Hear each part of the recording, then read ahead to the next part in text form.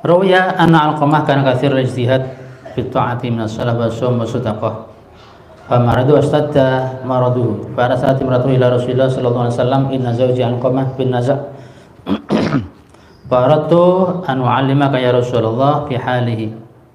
Fa arsala sallallahu alaihi wasallam Ammaran wa Bilalan wa Suhaiban wa qala umdu ilaihi falaqinuhu syahadah wa ja'u ilaihi fawajaduhu fi naz'i faja'alu yulaqilunahu la ilaha illallah wa lisanuhu la yantiqu biha. Fa arsalu ila Rasulillah sallallahu alaihi wasallam bidzalika faqala hal min abawi ahadun hayyun qila ya Rasulullah ummun kabiratu sinni.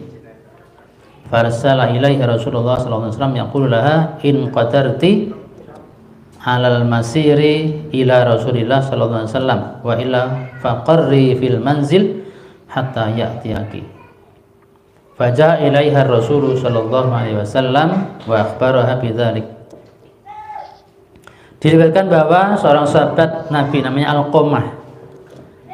Beliau sangat luar biasa taatnya, ibadahnya sangat luar biasa.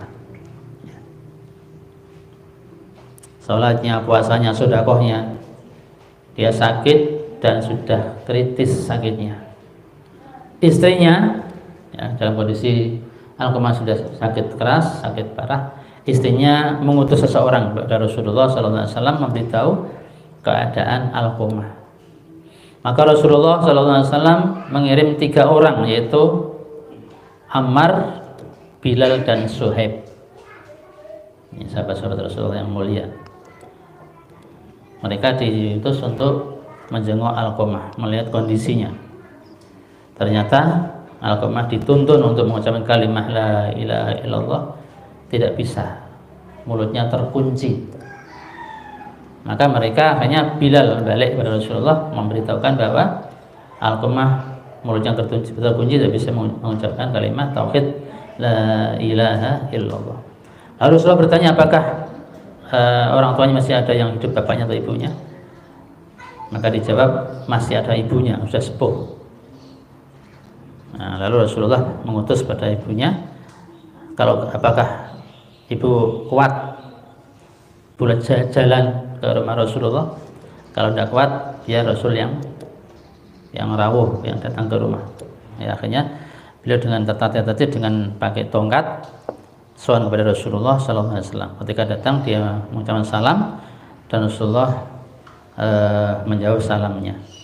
Wa qala ya umma Alqamah asdiqini wa in ghadabtini ja'al wahyu min Allah Ta'ala kaifa halu walidika Alqamah. Wahai ibunya Alqamah, jujurlah kepadaku, jangan bohong. Kalau kamu bohong nanti Allah akan menurunkan wahyu kepadaku. Bagaimana menurutmu si Alqamah, putramu Alqamah? Ibunya menjawab, ya Rasulullah, katsirus shalah, katsirus shaum, katsirus shadaqah. Ya Rasulullah, Alqamah anakku itu banyak sholatnya, dia rajin puasa, banyak sedekah. Fama haluki ma'hu. Terus bagaimana hubungan panjenengan dengan Alqamah? Ibunya menjawab, ya Rasulullah, ana alaihi sakhitah. Saya benci kepadanya, saya murka kepadanya. Walima, ya, kenapa? Karena yu'athiru zawjatahu wa yasin. Karena dia lebih mementingkan istrinya dan dia durhaka kepadaku. Jadi Alqamah itu ketika masih muda sebelum menikah, dia sangat memperhatikan ibunya. Ketika sudah menikah, sudah berkeluarga, sudah punya rumah sendiri, ibunya jarang ditengok. Ibunya sakit hati. Qala Rasulullah sallallahu alaihi wasallam, inna sukhta ummi Alqamah hajab lisan Alqamah an syahadati. Ya, sesungguhnya kebencian ibunya Alqamah menyebabkan lisannya Alqamah terkunci, tidak bisa mengucapkan syahadat. Kemudian Rasulullah membujuk ibunya Alqamah supaya memaafkan Alqamah, tapi ibunya tidak mau. Maka Rasulullah SAW memanggil Bilal, tolong para sahabat diberitahukan untuk mengumpulkan kayu bakar sebanyak-banyaknya. Kata ibunya Alqamah, ya Rasul, untuk apa? Ya, untuk membakar Alqamah.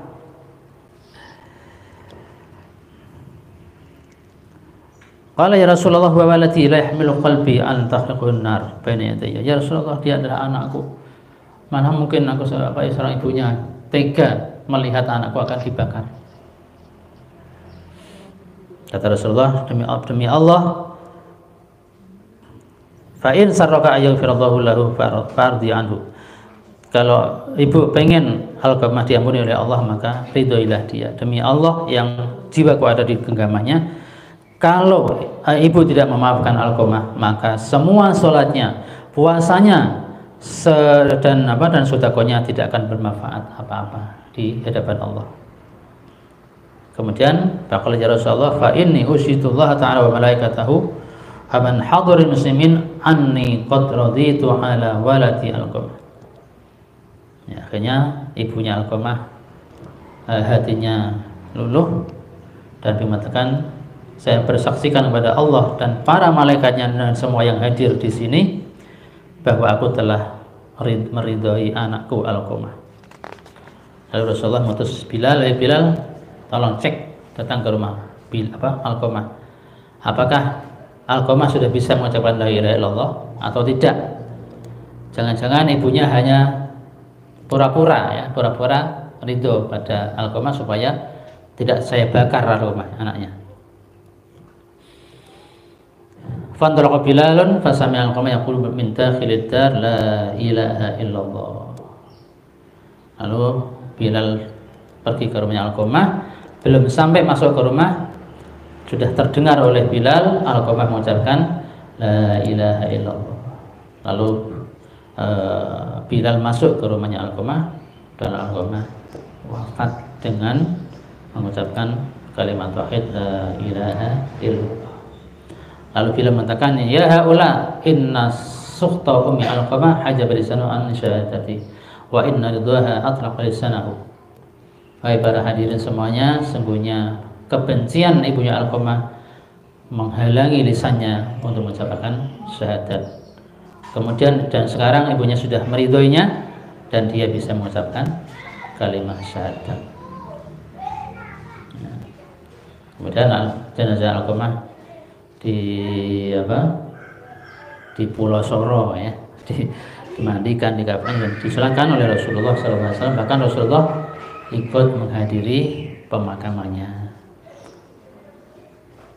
Kemudian di pinggir kubur Alqamah Rasulullah SAW menjelaskan, ya ma'syarul muhajirin wal ansar, man faddala zawjatahu ala ummihi fa alaihi la'natullah wal nas wal malaikati wan nas ajma'in la yaqbalullahu minhu sarfan wala adlan illa ayyatuba ila Allah azza wa jalla wa yuhsina ilaiha wa yatluba ridhaha faridullah fi ridhaha wa suhtullah fi suhtiha.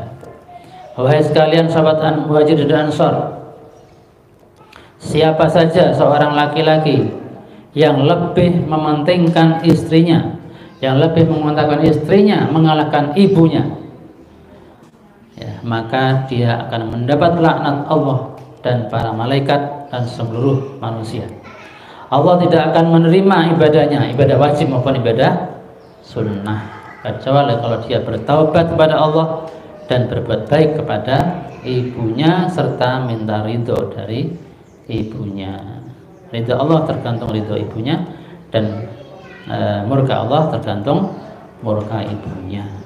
Nah, maka pada ibu-ibu, pada para istri, kalau suaminya berbuat baik kepada ibunya jangan dihalang-halangi. Kalau si suami lama tidak menghubungi ibunya, sowan kepada ibunya, diingatkan, ya, diajak, Pak, sudah berapa lama? Sudah sebulan lebih kita nggak sowan ibu, ya udah sowan ibu, supaya ibunya ridho dan Allah pun akan meridhoinya.